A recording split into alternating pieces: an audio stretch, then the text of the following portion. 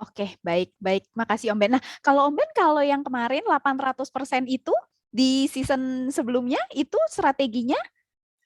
Kalau di season sebelumnya itu kebetulan marketnya lebih enak dari ini. Ini marketnya benar-benar sangat susah sekali. Saya pun tidak yakin kalau saya ikut di market sekarang saya bisa mendapatkan 800%. Karena, apa ya, saham yang bergerak hanya saham itu-itu aja gitu loh. Saya tadi sempat kontak dengan Mas Bekti ya, dan kita sempat ngobrol juga, Mas Bekti pun mengakui, ini marketnya susah, sahamnya hanya itu-itu aja. Jadi, hanya fokus di satu saham aja dan itu sangat susah sekali untuk mendapatkan profit yang besar. Karena apa, kalau, hanya ada dari market hanya ada 2 saham misalnya seperti yang rame, otomatis semua scalper akan nyerbu di sana. Dan otomatis akan sangat susah sekali kita dapat profit yang, secara persentase besar ya menurut saya. Kalau teman-teman misalnya ya masuk ke saham A dengan dana yang besar, misalnya masuk 20 M, bisa aja secara nominal besar ya, karena 1% dari 20 M itu cukup besar. Tapi kalau teman-teman, mengejar persentase itu sangat susah sekali. Jadi, strategi saya waktu yang di market kemarin ya saya melipat gandakan terus ya, dari 200 saya lipatin terus dan memang kebetulan marketnya juga cukup mendukung ya, cukup enak dan saya mendapatkan beberapa saham yang saya beli di ARB Hunter dan berakhir di ARA, saya jual dekat ARA. Makanya, apa ya, dari misalnya -7% saya bisa jual di 20% aja, itu profitnya udah gede banget. Dan waktu itu saya masih ingat juga, saya memang all in ya waktu itu di saham tersebut, karena saya sudah menganalisa dan saya yakin ini udah nggak ada yang jualan lagi. Artinya ini murni retail-retail yang panik ya, saya beli di ARB semuanya, langsung, max cash saya pencet ya, seperti itu ya. Dan kemudian direspon market dan akhirnya bergerak naik dan saya bisa karena bergerak naik ya, saya jualannya enak, gampang kan karena pembelinya banyak kan, jadi saya bisa cicil jual pelan-pelan seperti itu. Jadi itu yang saya lakukan, dalam kompetisi kemarin Bu Marta.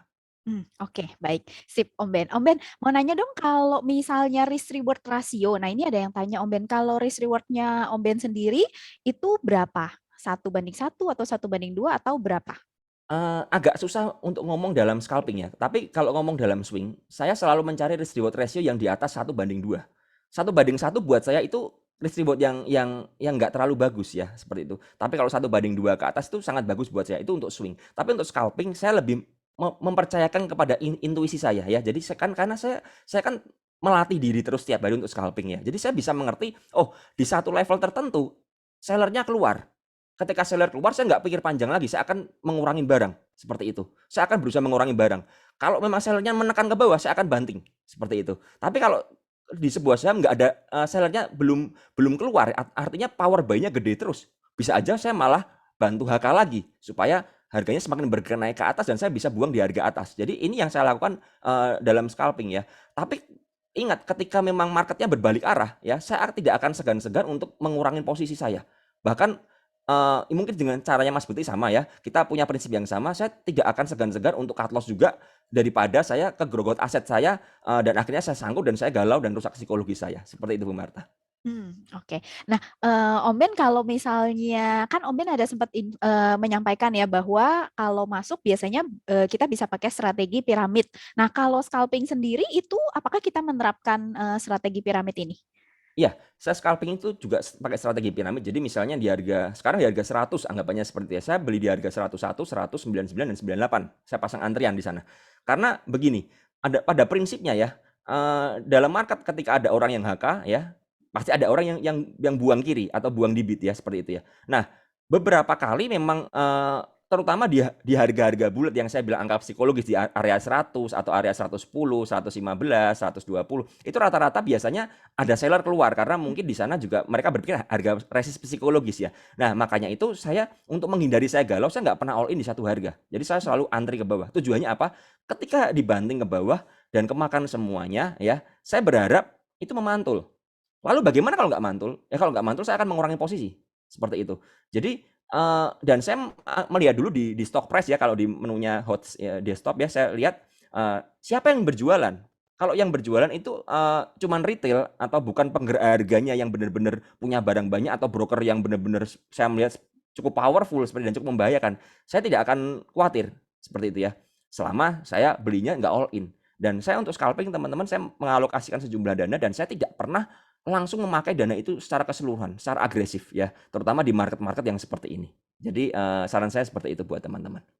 Oke, nah Om Ben, kan tadi Om Ben ada bilang nih marketnya memang sekarang susah dan mungkin dan ini kayaknya ada beberapa sahabat Miraset yang mungkin pasang stop loss dan kena bolak-balik nih stop lossnya, jadi kena terus pasang 3% kena, pasang 3% kena. Nah, gimana nih Om Ben sarannya supaya kita tuh nggak kena stop loss bolak-balik, jadi profitnya nggak, kenanya stop lossnya terus gitu.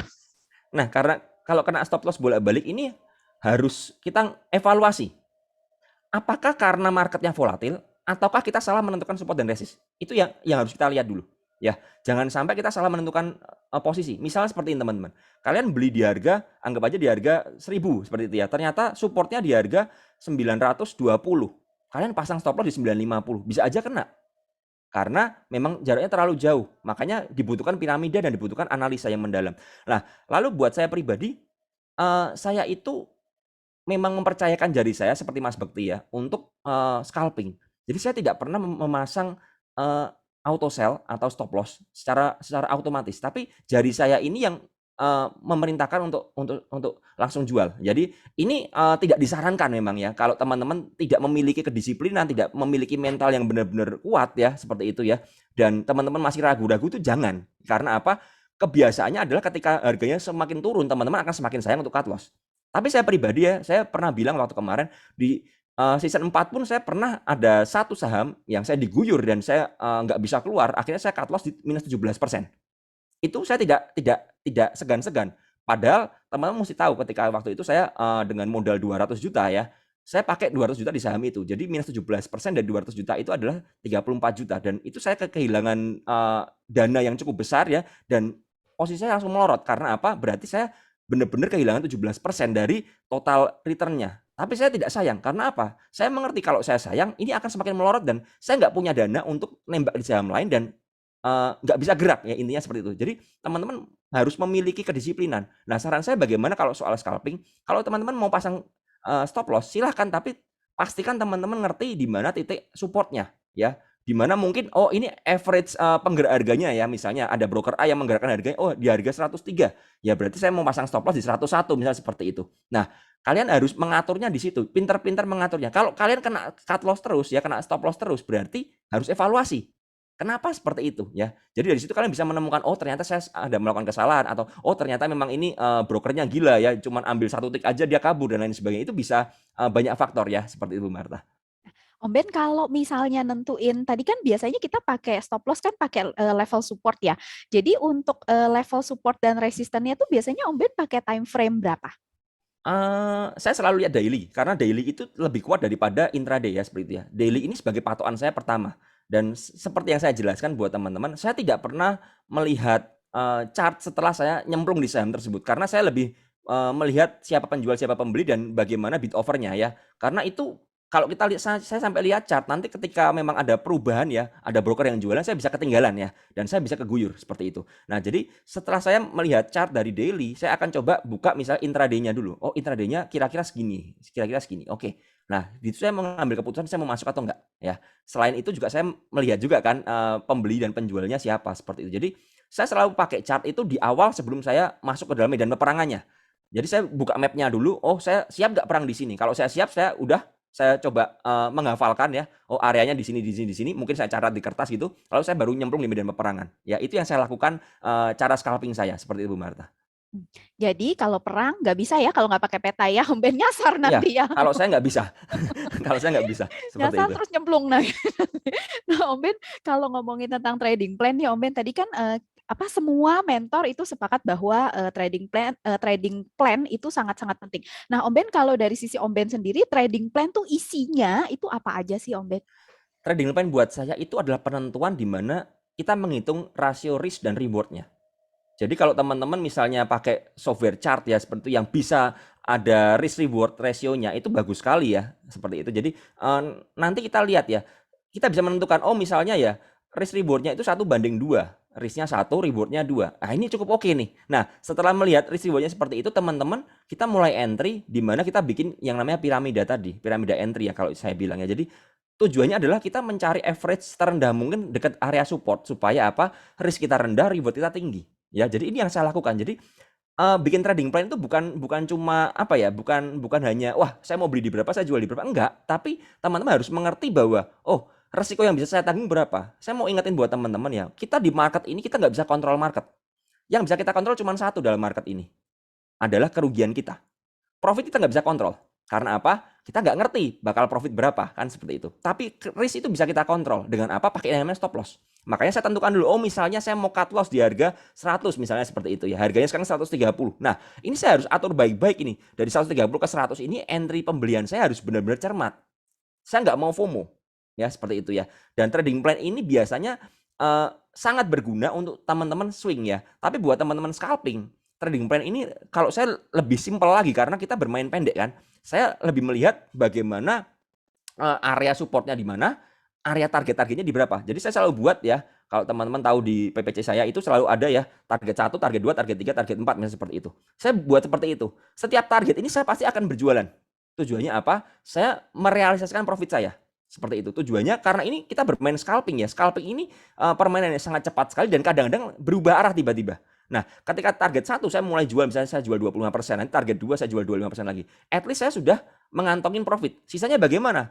Kalau teman-teman mau naikkan stop loss, saya selalu ajarkan naikkan stop loss di area harga di atas harga beli kalian atau minimal di harga beli di BEP. Tujuannya ketika diguyur kalian nggak mengalami kerugian.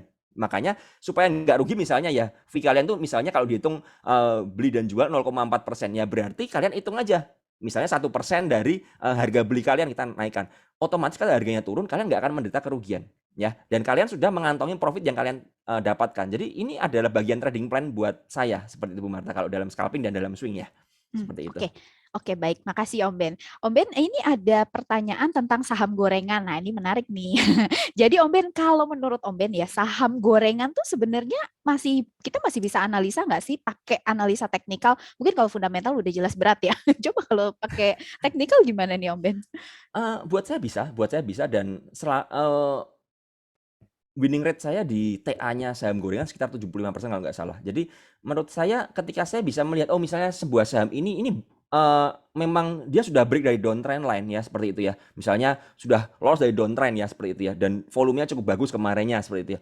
Maka keesokan harinya potensi naiknya lebih tinggi lagi karena apa? Dia berarti sudah lolos dari tekanan sellernya. Artinya apa? Peperangan antara seller dan buyer itu menang buyernya. Ya, kalau menang bayarnya seperti itu berarti yang nyangkut-nyangkut udah keluar semua nih. Kita kasarannya seperti itu. Kenaikannya jauh lebih tinggi. Makanya saya tetap menggunakan TA dan bisa ya, bahkan beberapa saham ya, saya pakai Fibonacci dan itu berhasil. Jadi Fibonacci itu kan tekanan jual di area 618 biasanya ya. Itu kan Fibonacci kuat ya. Saya selalu pakai kalau udah sebuah saham udah kena Fibonacci di 618, saya cenderung waspada karena biasanya akan ada pullback ke bawah ya, ada tekanan jualnya. Karena udah kena area resist kuatnya. Dan saya juga pakai MA, misalnya pakai MA 10 atau MA 200 ya. Kalau sebuah saham sudah kehantam MA 200 ya, seperti itu, kebanyakan ya, itu akan turun. Akan membuat pijakan dulu sebelum dia melanjutkan kenaikan, seperti itu. Ya, jadi kebalikannya kalau ada sebuah saham turun dan menghantam MA 200, biasanya akan mantul.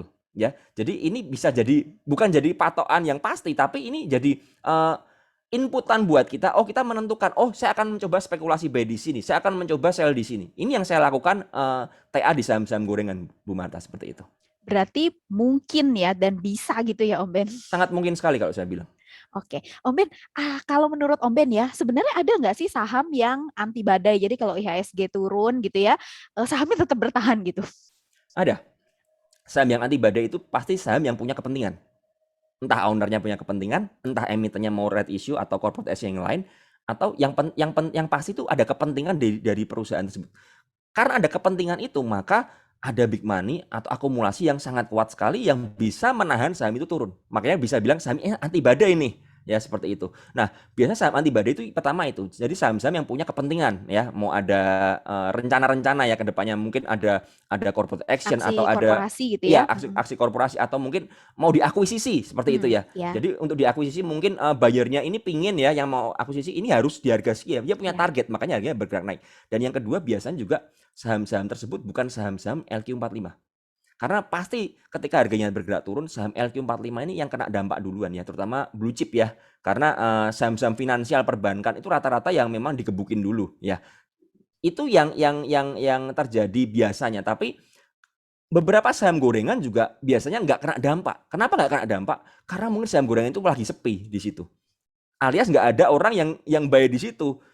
Jadi gini, kalau harganya bergerak turun, misalnya IHSG dibanting ke bawah, yang panik siapa? Bandar nggak panik menurut saya. Yang panik adalah kita. Yang panik adalah retail-retail seperti kita. Karena kita panik itu menimbulkan tekanan jual, ya kan? Makanya kalau sebuah saham nggak banyak retailnya, ya, atau lagi sepi dari retail, biasanya dia nggak akan bergerak turun. Karena apa? Nggak ada yang panik di dalamnya. Big money di dalamnya nggak akan panik karena mereka punya plan atau mungkin punya rencana dan lain sebagainya. Tapi retail-retail ini yang bikin sahamnya panik, ya. Dan akhirnya sahamnya bergerak turun. Kalau tekanan jualnya tinggi ya di sebuah saham, biasanya juga orang-orang atau big money di saham tersebut juga nggak mau bodoh bakar duit dong. Kalau memang dia bisa beli di harga bawah ya dia izinkan turun aja. Supaya retail perang sendiri, cut loss dan lain sebagainya, udah cut loss mereka serok bawah. Jadi inilah yang saya perhatikan dan terjadi beberapa kali di saham-saham yang anti badai seperti itu, Marta. Oke, siap Om Ben. Katanya tadi ada di komen, katanya saham 50 itu anti badai. Jelas kalau saham Oh 50 itu ya, anti itu nggak badai usah sekali. ditanya lagi. Apalagi saham yang lagi suspend itu nggak akan bergerak kemana-mana. Itu sangat anti badai. Sekalian portofolio kita juga anti badai. Betul, nggak kemana-mana. Om Ben, ini ada yang nanya nih Om Ben, kalau misalnya biasanya Om Ben scalper itu, biasanya fokus di satu saham atau bisa scalping lebih dari satu saham? Saya lebih dari satu saham pasti ya, karena ketika saham yang saya scalping ini sudah merasa saya sudah ketinggian dan saya sudah keluar, misalnya contoh saham A ya, sudah saya scalping ya, misalnya dari 10% naik ke 20%, saya sudah keluar masuk nih, sudah sampai 20%, arahnya 25% kan. Nah ini saya sudah mulai stop biasanya. Karena apa? Sudah dekat-dekat arah kan. Saya tidak mau mengambil resiko di saham-saham yang seperti ini. Beda kalau saya mau berani arah hunter ya, itu saya harus siap dengan semua resikonya dan saya mau masuk seperti itu. Tapi kalau memang kebanyakan saya sudah keluar dan sudah mungkin 22% atau kurang beberapa titik lagi arah, saya tidak akan berani masuk lagi kecuali saya meyakinkan diri saya mau jadi arah hunter. Ya seperti itu. Lalu apa ya? Kalau saya sudah selesai di saham itu, saya akan mencari saham lain. Coba cari yang lain yang menarik apa. Jadi makanya dalam sehari ini saya bisa keluar masuk berulang dalam satu saham, tapi setelah itu saya bisa pindah ke saham yang lain ya. Bisa aja seperti ini. Saham A saya sudah keluar ya, udah naik ke 22%, dia turun tuh ke 15%. Tapi kok nggak turun-turun lagi. Mungkin akan saya pantau lagi. Wah ini kok menarik ini, udah nggak turun lagi. Saya akan pantau lagi. Jadi saya bisa balik lagi ke saham A tadi. Jadi saham sudah A, B, C, D, E misalnya seperti itu, bisa balik ke saham A lagi. Intinya adalah saya akan mencoba mencari potensi yang bisa saya dapatkan di mana aja. Ya, jadi di mana aja, termasuk dalam waran pun saya juga seperti itu. Kalau ada waran yang menarik, saya mau in ya sudah, saya siap dengan resikonya dan saya akan masuk seperti itu.